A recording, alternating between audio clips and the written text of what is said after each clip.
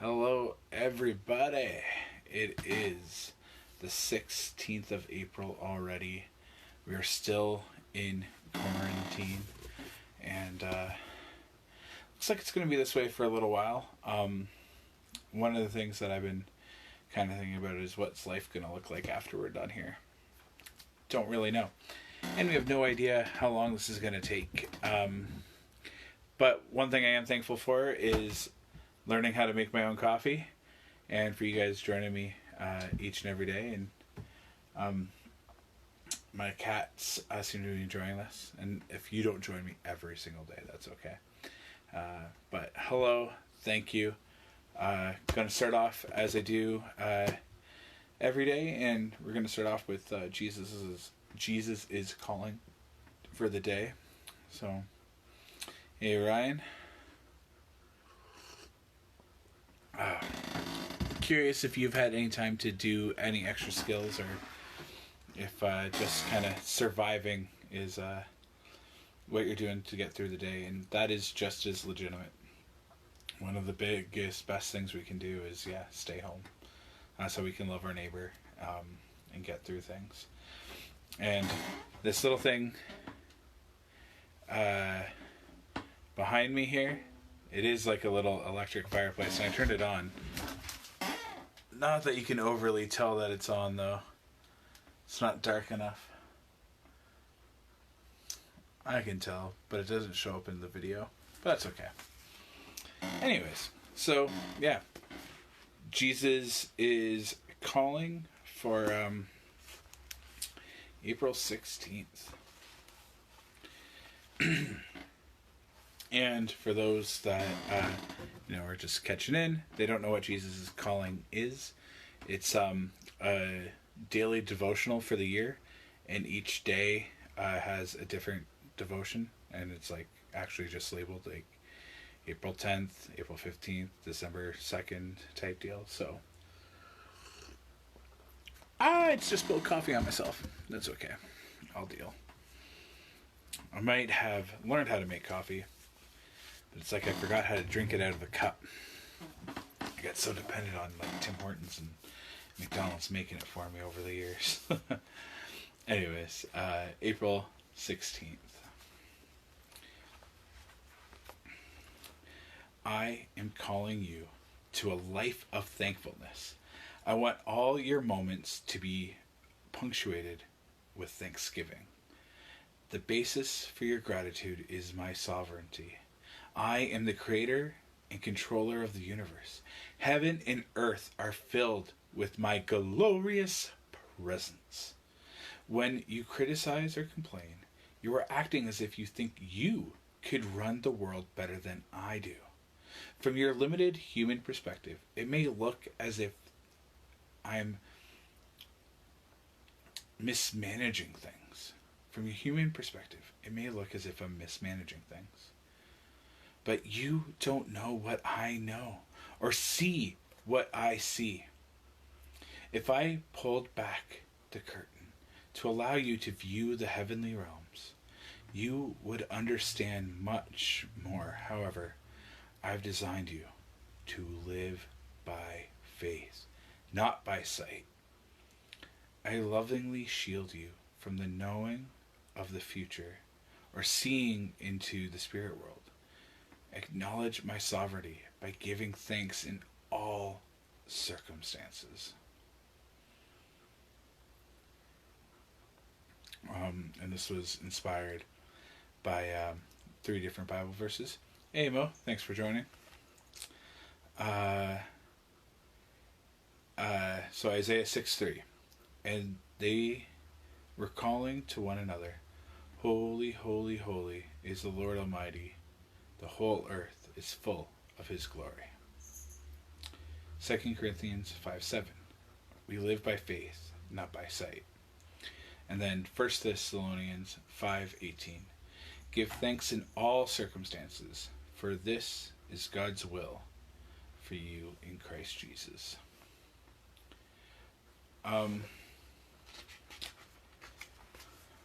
There are plenty of people that are like, this should be done this way, this should be done that way, this should be done that way.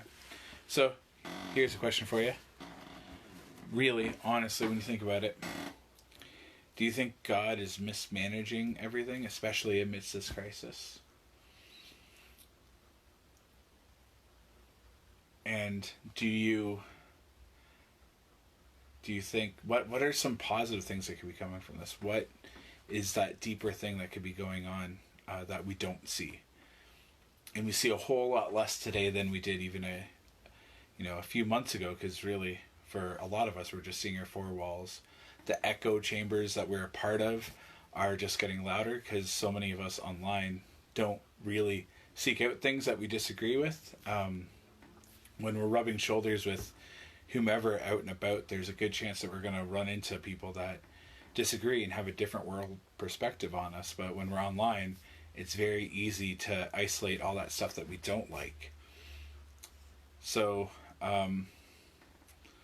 what are some ways that maybe God isn't mismanaging things? Well, I don't think he's mismanaging things, but it can be hard to see from my limited perspective.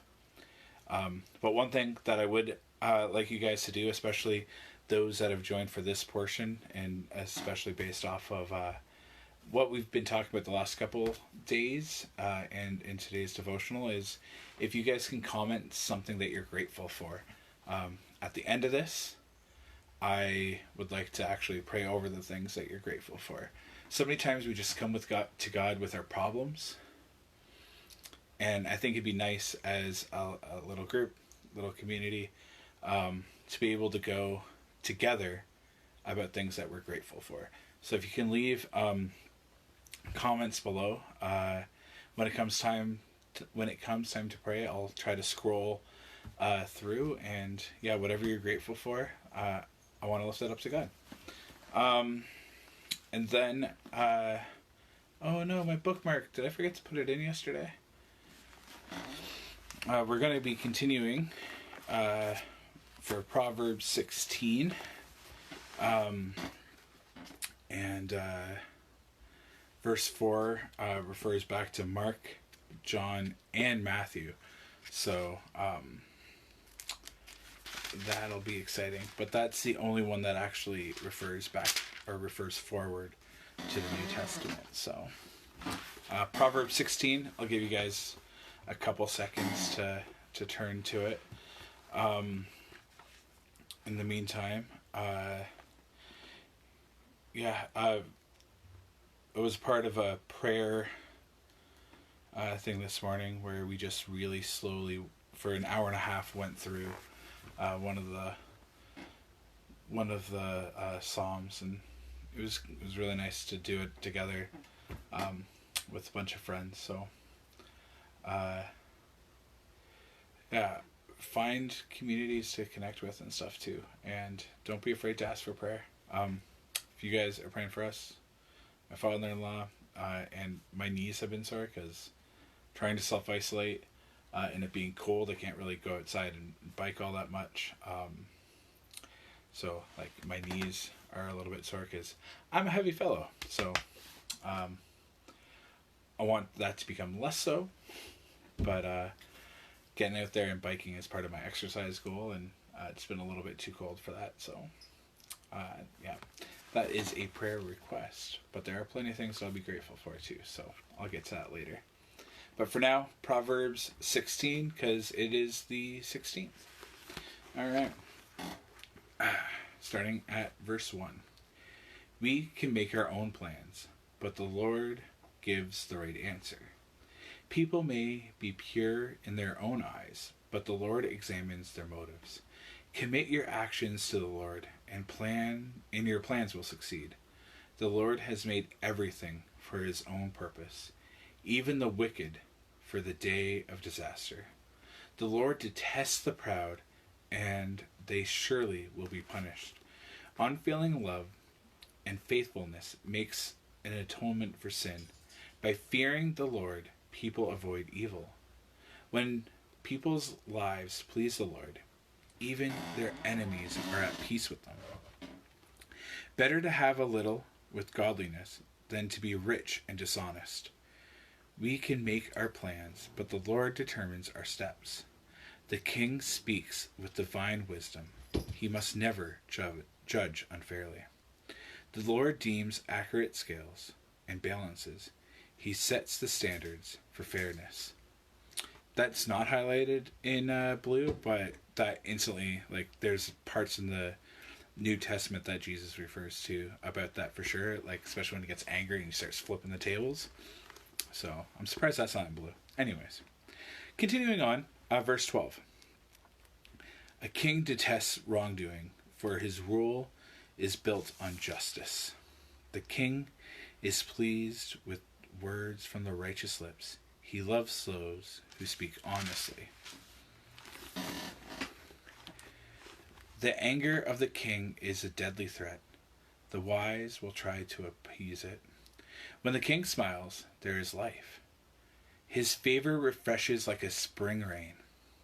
How much better to get wisdom than gold, a good judgment than silver. And good judgment than silver. The path of the virtuous leads away from evil. Whoever follows that path is safe. Pride goes before destruction, and haughtiness before a fall. Better to live humbly with the poor than to share plunder with the proud. Those who listen to instruction will prosper. Those who trust the Lord will be joyful. The wise are known for their understanding, and pleasant are the words. Our words are persuasive, and pleasant words are persuasive. Pleasant words are persuasive. Don't know why that was so hard to say, but it was.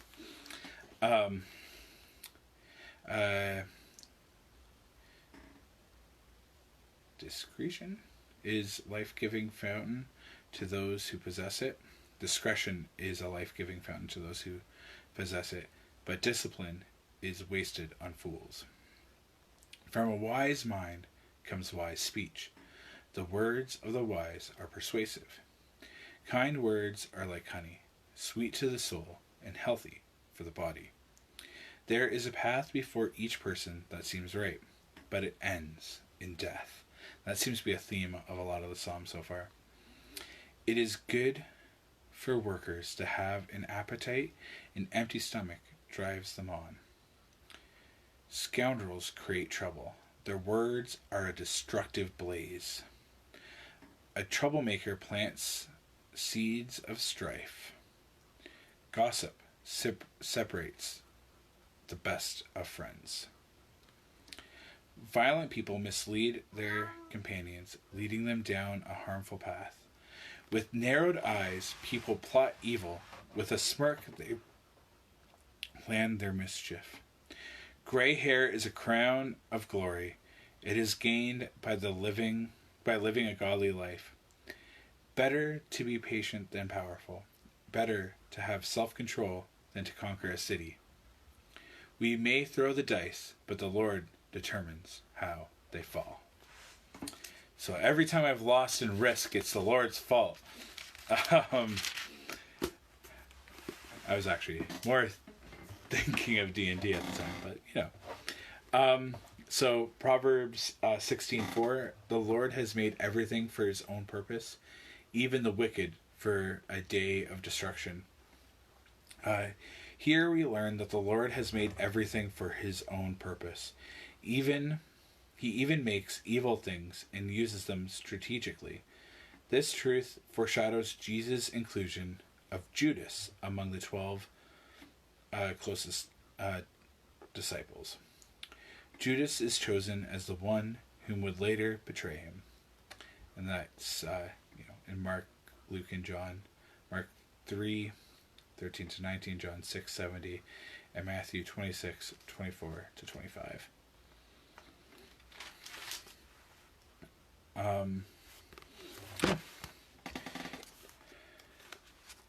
So hopefully there was something in that. The one theme of that's been coming out is the ways of like the fool, or the way that might seem right is actually a path that leads to death. And I don't know, I think I've been thinking about that a lot lately myself, with a lot of churches, especially the ones in the south of the States, and how they are fighting for this liberty, yet they're getting caught up in conspiracy theories about 3G and or 5G, and how like their government's doing it to them, or the Chinese government's doing this to them, and it's just, there's like a lot of conspiracy theory and not a lot of hope, a lot of wanting to do the blame, and I don't care what is said, I'm gonna go out and do whatever. And there's this like, I don't know, this there's this pride and this ego that's going before them, and it's kind of like, I know it seems right to them, but aren't they risking everyone else's lives of everyone that they know and come in contact with by acting so brashly? And don't they realize what way's right? And then I'm kind of looking at myself going, I'm so stubborn in my way that I'm looking at them and I'm pointing the finger and I'm going, you idiots, shame on you. Like, should we disown you as Christian brothers and sisters? But really, I think I need to have a bit more of a balanced approach to that. So yesterday there was someone that I really strongly disagreed with. He's in the States and he was talking about his constitutional right. I was like, okay, this is a global thing. I'm not American. So let's drop the Americanese and let's actually have a conversation about this, because I want to know what you really think. And because it's a global thing, as we're talking about this, I'm going to call you out every time that you mention America. And let's actually get down to this, because we both agree God's greater than America. God's bigger than Sunday. So let's get into this. And I think in the conversation, there's a little bit of him realizing that, this isn't an American issue. It's a people issue. It's a world issue. And maybe the loving thing isn't to fight the government as hard. But then he also helps me kind of go, you know what? Maybe we should watch how some other countries that have handled this differently, how they're doing things. And maybe there is a better way of doing it. And not everything is crazy. I'm still not... I don't know what you knocked down, Joxer, but he does that. You should have seen the mess in here after the first day. I was like, holy cow, how did you break so much stuff? He knocked down the picture that I had up too. He's a destructive, wildly cat, but I love him. How God still loves us. But yeah, having this conversation with him, he helped me see that he wasn't completely crazy.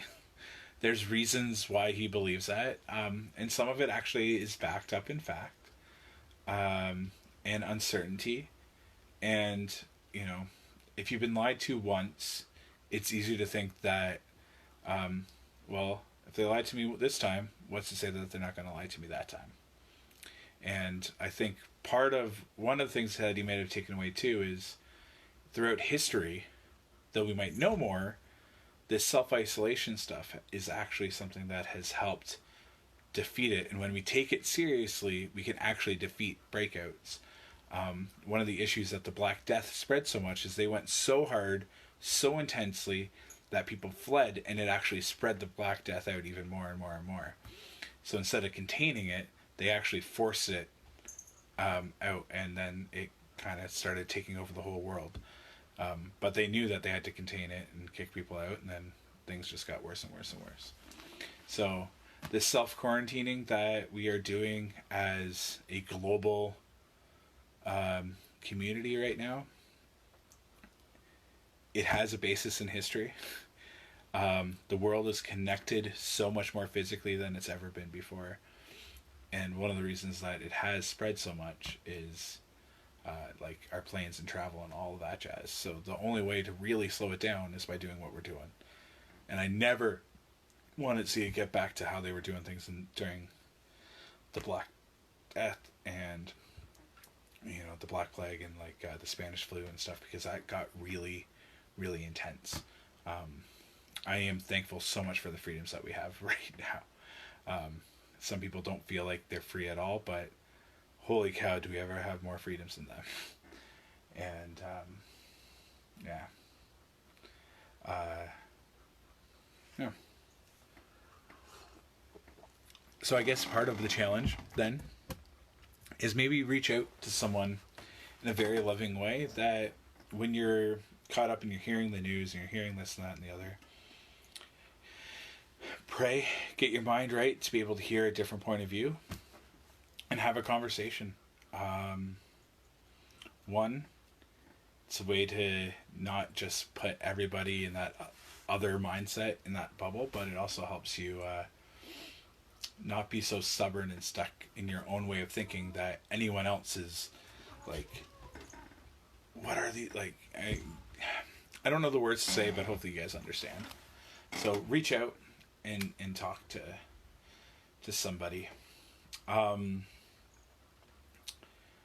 So a couple news things. YFC is going to be launching, it's not a crisis hotline, but if people, teens specifically, need to reach out and chat, it's kind of like a kids help phone, but it's not meant to be like a crisis hotline, but I just need to talk and get this off my chest or whatever. So we're going to be launching that, I think, on Monday. We're setting up all the technical side of things right now.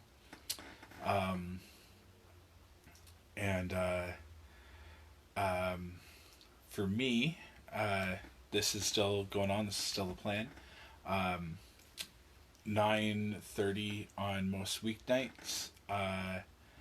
I'm doing Jackbox still. I have Party Pack 4, 5, and 6. So you guys can definitely join for that. One of the days this week we had more people than we had. We had more people that wanted to play than could actually play.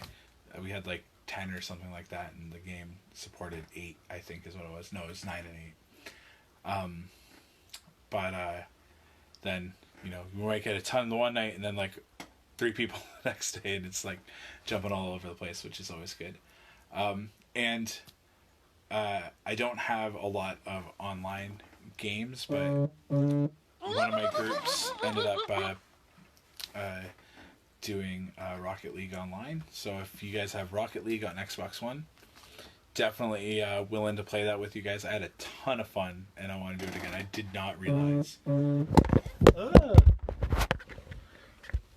realize how much fun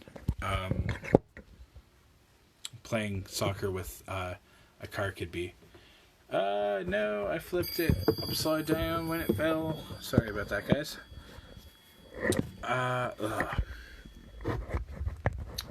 Got a text message and it knocked down my phone. And it still wants to do that.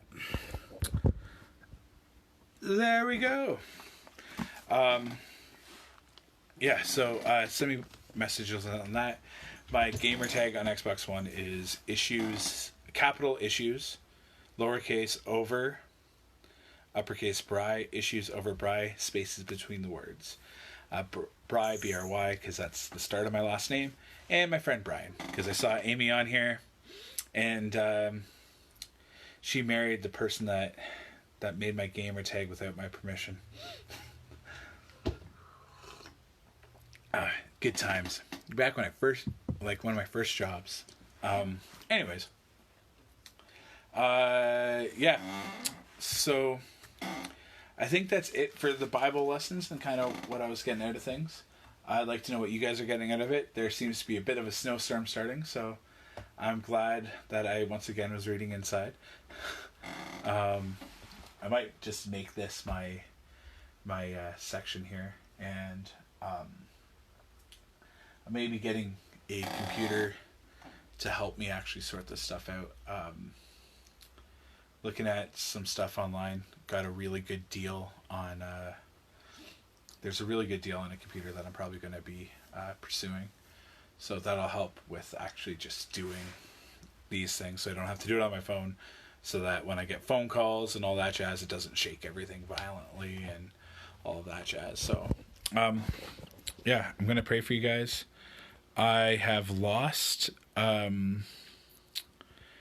I lost the comments, so if you guys actually did leave what you're grateful for, I can't see them. So I'll have to pray for that afterwards. But a couple things I am... Oh, hey, you can't see the fireplace now. I just had to hold it up closer. So a couple things that I'm thankful for is, except for last night, is the ability to actually get a lot of sleep in. I had some conversations with someone last night till like 4 a.m. online.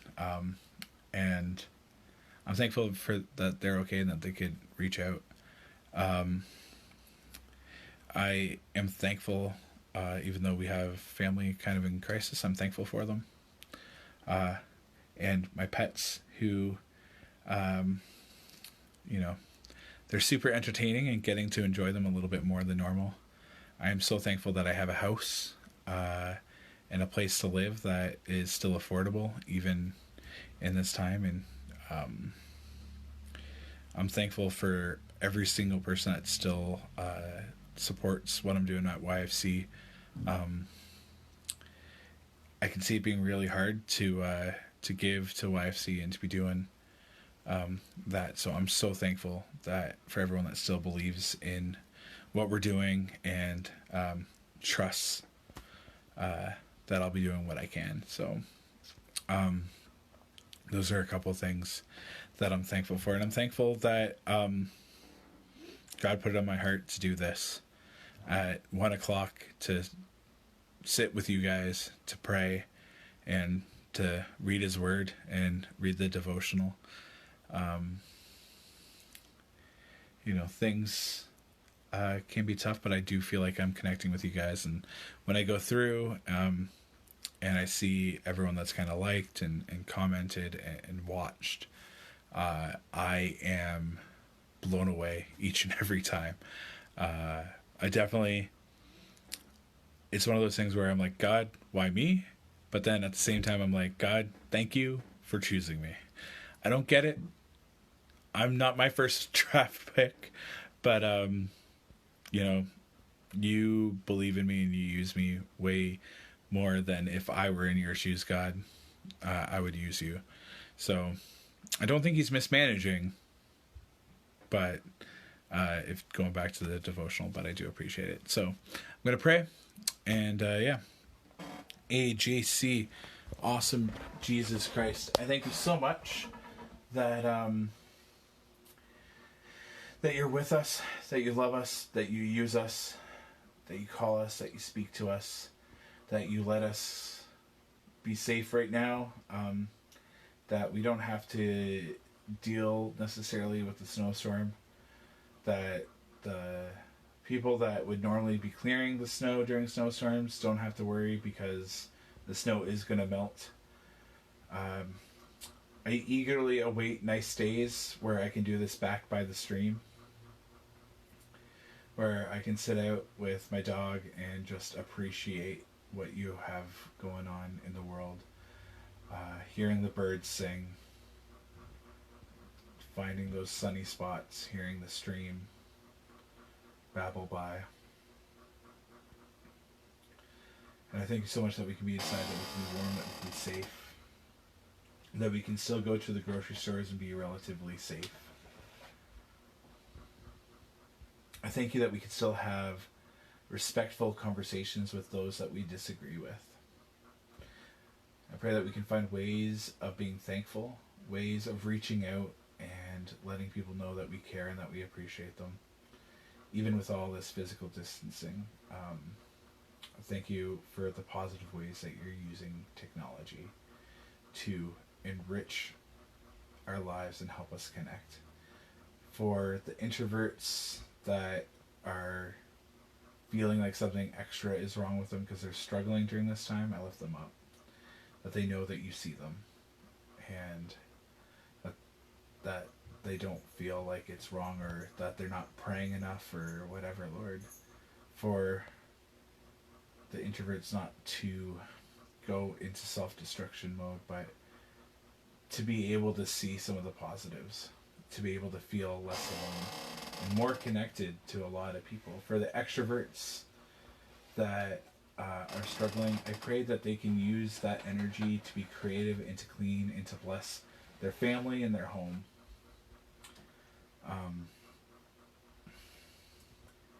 As depression and stuff like that is setting in on for some, while others are feeling the relief, I thank you that we can all go through these mixed bag of emotions together.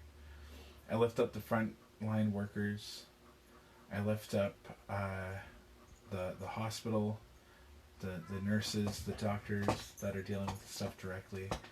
I lift up everyone that's just sick and afraid to go to the hospital, like a normal sickness. I pray for, and I thank you for those that have gotten COVID that are healthy. For the college students that are returning from abroad to come home from all over the world, as it's becoming more and more realistic that this is going to last a whole lot longer than originally thought. I pray for safety as they reconnect with their families to try to find a place to stay, Lord. I thank you for them. And I pray for their family units as it's getting reconstructed. And it can be hard being older and being at home with that, there's that natural, wanting freedom, and at this time, freedom, it's going to be so different, Lord. Needing to stay at home, but being in that age where, freedom is, that important thing. I pray for strength and wisdom and knowledge there as well. And, yeah, Lord, you're awesome. I thank you so much that we could do this. Continue to use us. Continue to use me. And yeah, I pray that you can help us find things to be thankful for in our heart. And that instead of focusing on what we don't have or what we have to do to kind of maintain this and to defeat COVID, I pray that you can work in our hearts to focus on what we do have, to be thankful for what our money has bought, and to be thankful and remember the things that really matter aren't the things that we have, but the people in our lives. As that seems to be the hardest part for the introverts and the extroverts and everybody alike. It's that human connection.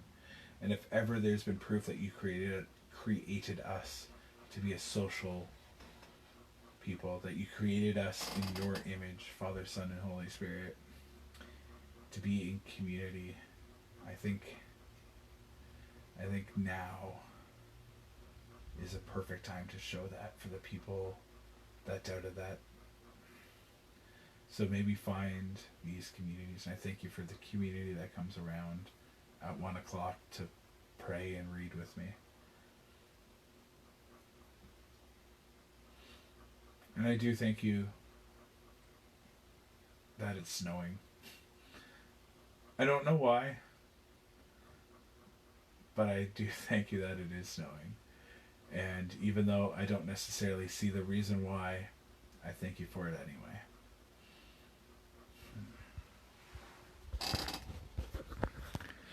All right, guys. Once again, thank you for joining me. Look forward to doing this again tomorrow. Stay safe. Stay home, but still find ways to be physically active. I ask you to pray for me. Pray for everyone at the door, and youth, volunteers, other staff, as well. I ask that you can remember them in your daily prayers as well. Bam. Anyways, guys, thank you so much for joining me today. And the two comic book guys have gotten a little bit closer. So if you can figure out who these guys are over my shoulder right now, that's a pretty good look at them. Send me a private message. If you get it right, you win. I don't know what you win, but you win. Maybe I need to come up with a prize to get people to participate a little bit more. And I got many more. So if people can figure out all 4, there's 4 points up for grabs with who's there. So, yeah. Anyways. All right, guys. Stay warm, stay safe. God bless, and thank you.